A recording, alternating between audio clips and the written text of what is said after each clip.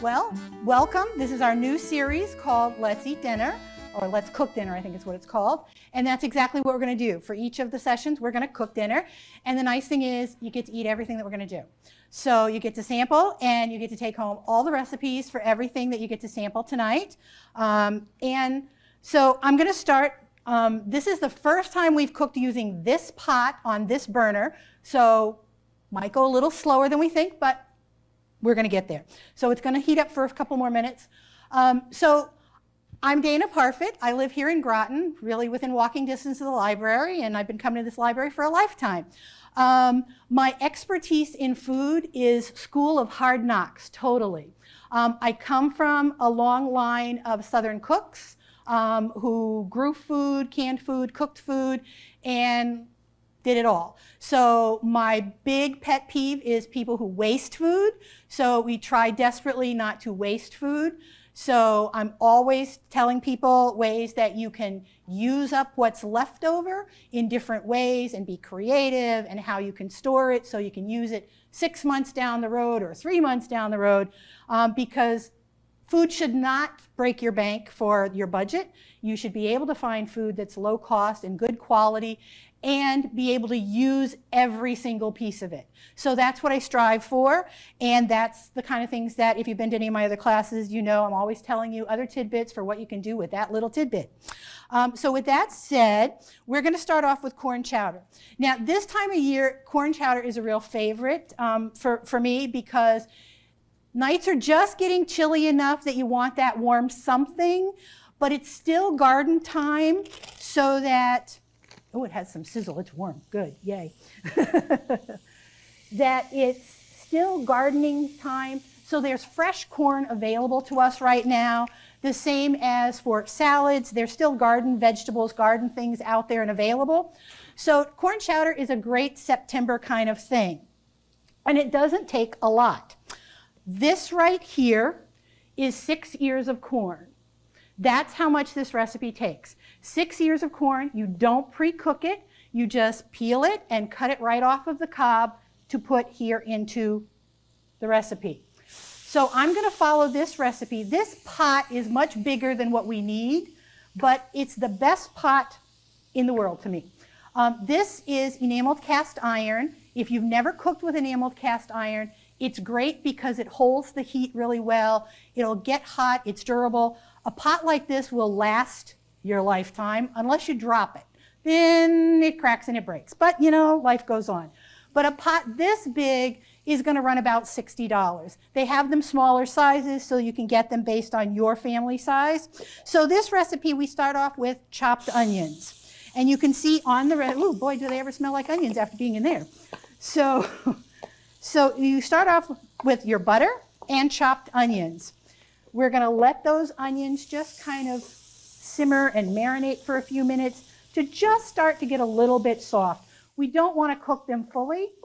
And this pot at my house starts to be known as the magic red pot, because once soup season starts, it almost lives on my stove, because it's the chili pot and the soup pot, and it becomes all sorts of other things. It's the pot that we will be cooking roast in when we do pot roast next month.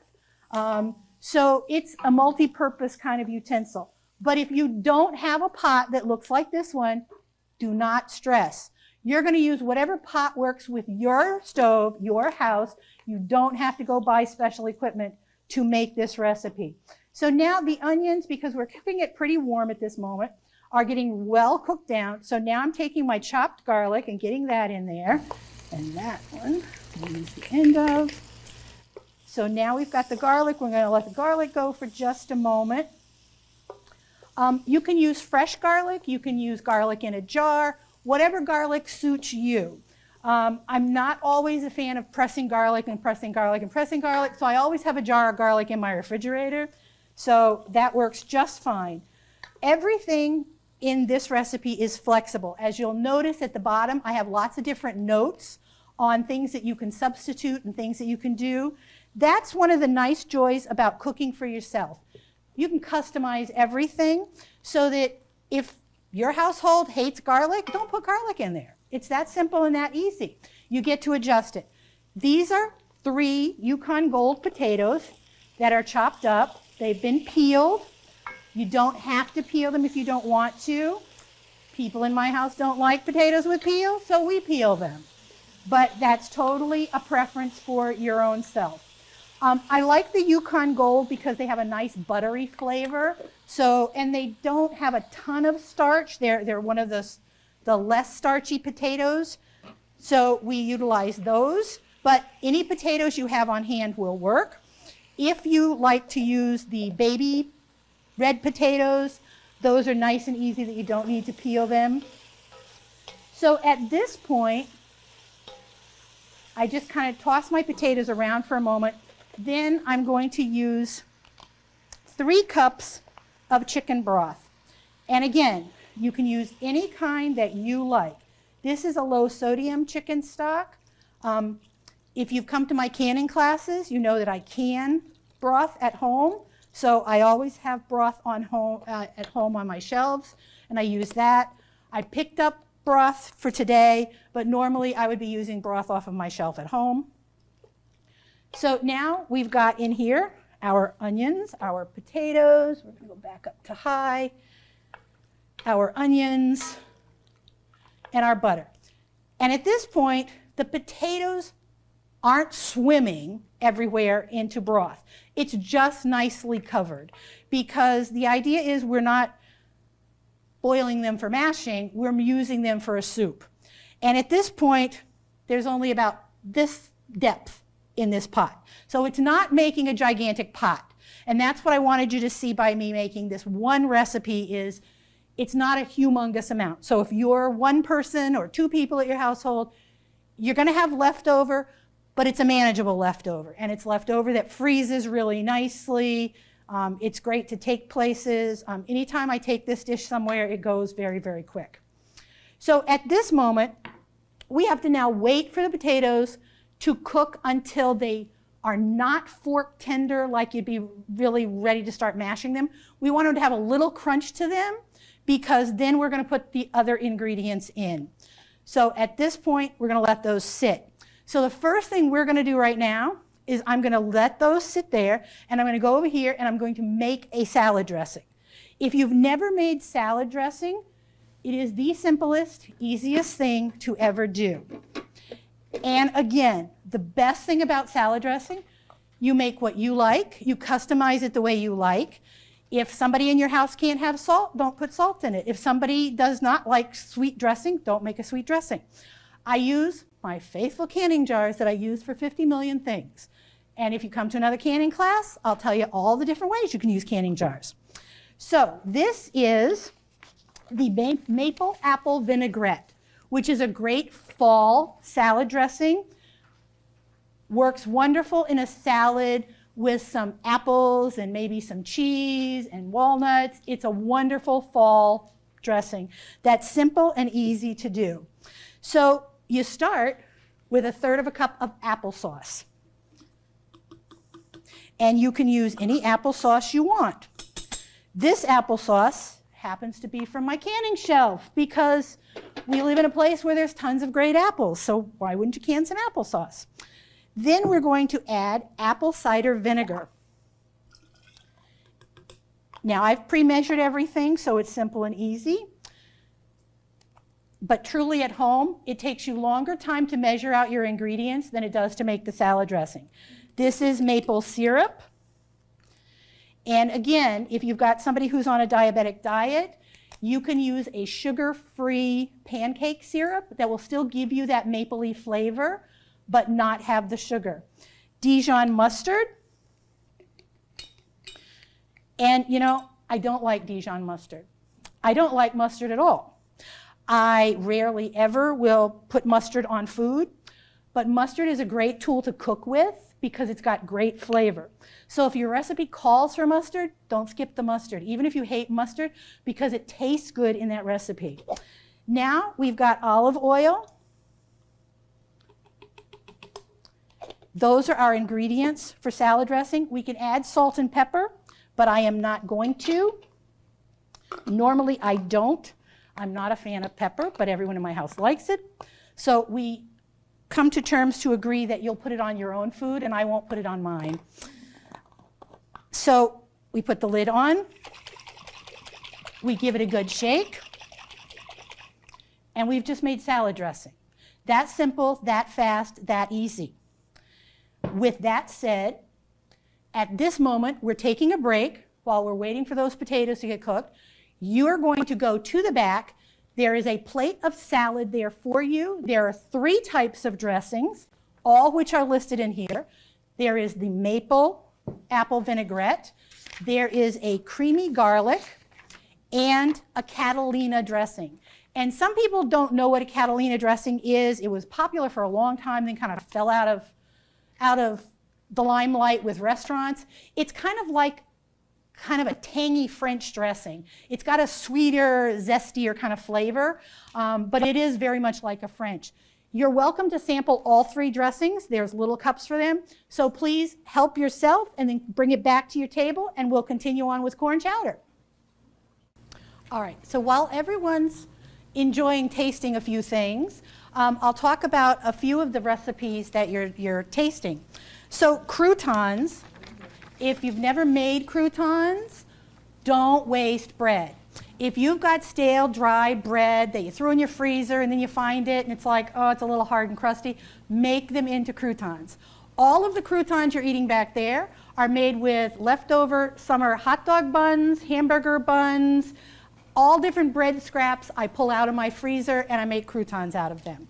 You can flavor them any way you want. You can use any type of powdered seasonings, garlics, onions, Italian seasonings. You can also use Parmesan cheese that's very finely grated. Whatever flavor you want to make them in, you can. And it's just old bread.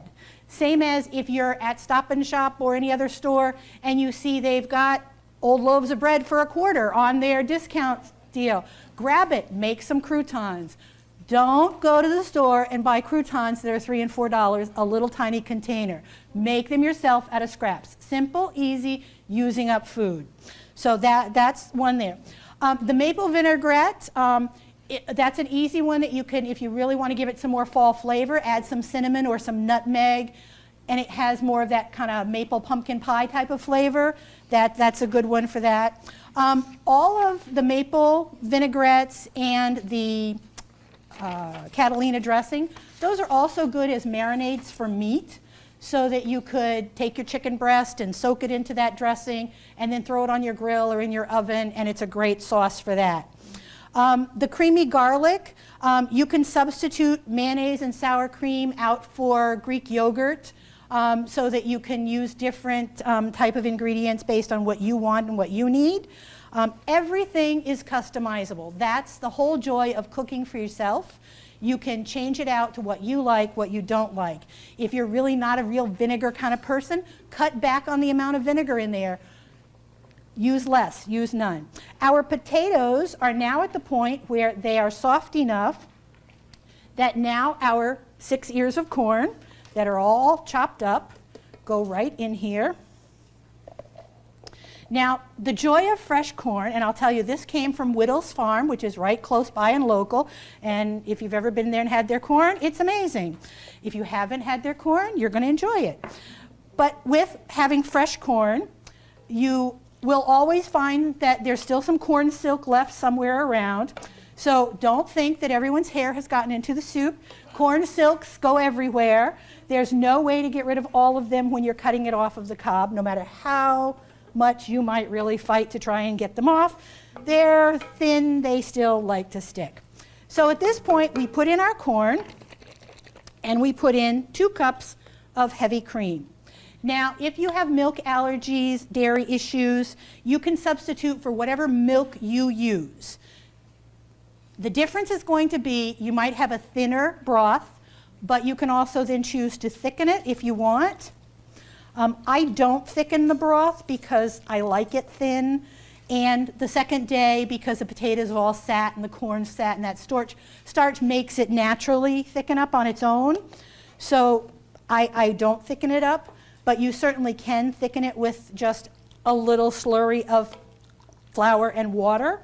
Or if you need to be gluten-free, you can use xanthan gum and water, and that'll do the exact same thing.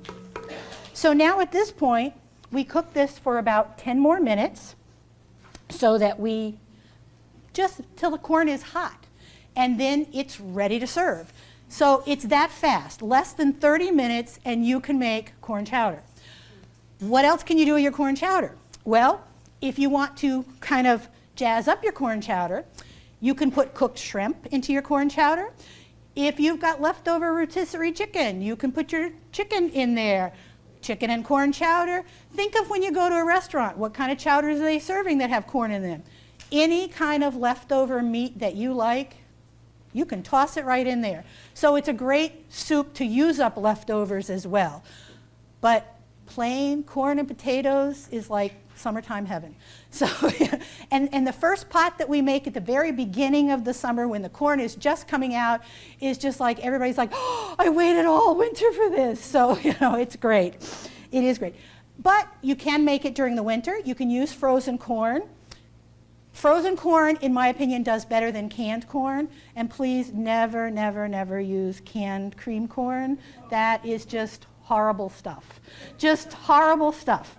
I don't know why they would torture corn that way, but they do. And some people say, oh no, I have to have that in my corn chowder. Well, you're doing it wrong, trust me. So this is how we like corn chowder. It's nice, it's fresh, it's light.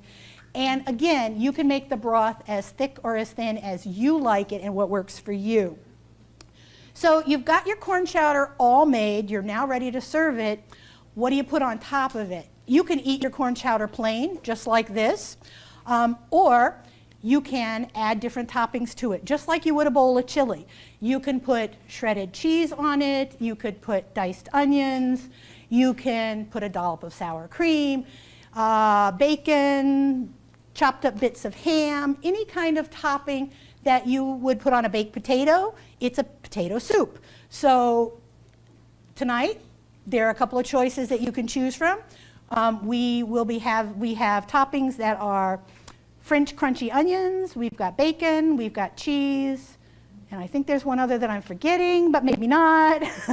We've rotated things around. And some people like to put croutons in theirs as well instead of crackers. But if you're a cracker fanatic, then go with your crackers. So at this point, we're going to wait for this one. Well, I'm going to let this one still cook for just another minute or two. And it looks like my helper's in the back. Kristen and Chris, are we ready?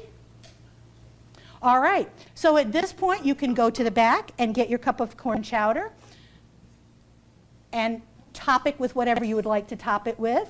There are still drinks over there. And then when you come back, we'll talk about the finished product. And then we'll do questions and answers and talk about some other options. All right. So while you were getting your corn chowder, everything came to a finish. I turned it off. In less than 30 minutes, we made that corn chowder. The same one you're eating and enjoying that I made earlier in the day, that quick, that fast. It's something you could come home after work, after being outdoors working in your garden all day, and get something put together quick and fast. It's a nice, easy thing. And to me, fresh corn is just absolutely the best. No matter how you serve it, it's the best. So that's how fast, that's how simple, that's how easy corn chowder is. So you can make it, you can modify it any way you want, and trust me, anyone who you make it for will be very happy. I've never had an unhappy customer with corn chowder. So they all will be very happy to enjoy it. So before you leave today, come up and take a look at how much is in the pot so you see exactly how much that recipe makes. I made a triple batch, and that's what filled my large crock pot and a small amount into the second crock pot. So for a crowd, yes, you're going to need to, double and triple it, but for your household, probably one batch is what you're going to need, unless you've got a big, huge family or a big gathering. But it's great. You can put it in a crock pot and take it everywhere. It's a nice, easy, simple thing to do. So at this point, we will do questions and answers for anybody who's got any. 6 years of corn equates to how many cups if you were going to use frozen? Okay, so the question was 6 ears of corn equates to 4 cups of corn.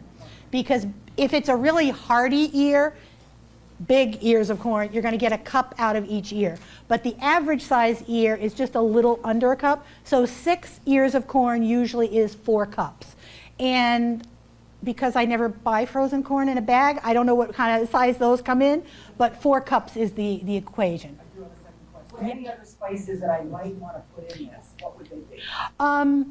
So, some people will do some parsley, some thyme, anything that you would like to have with corn. Some people will do more of a taco kind of flavor in that realm of Mexican street corn, so that, you know, they'll use a taco seasoning or two.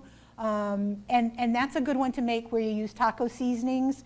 And then, but don't buy taco seasoning mix, make your own, it's so much cheaper. And we covered recipes on that at another class. They use Mexican seasonings, and then they'll put a dollop of sour cream and a little cheese, and it's got that Mexican kind of flavor. So yes. Other questions? All right.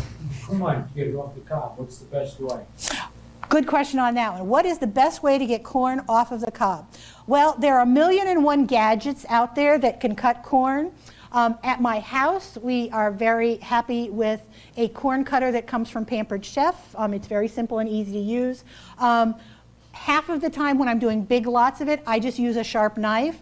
I will take a small roasting pan and set that into the sink, and then hold my corn and just cut it straight down, so it's all falling right into that pan, and all the splatter and spray stays contained within the sink.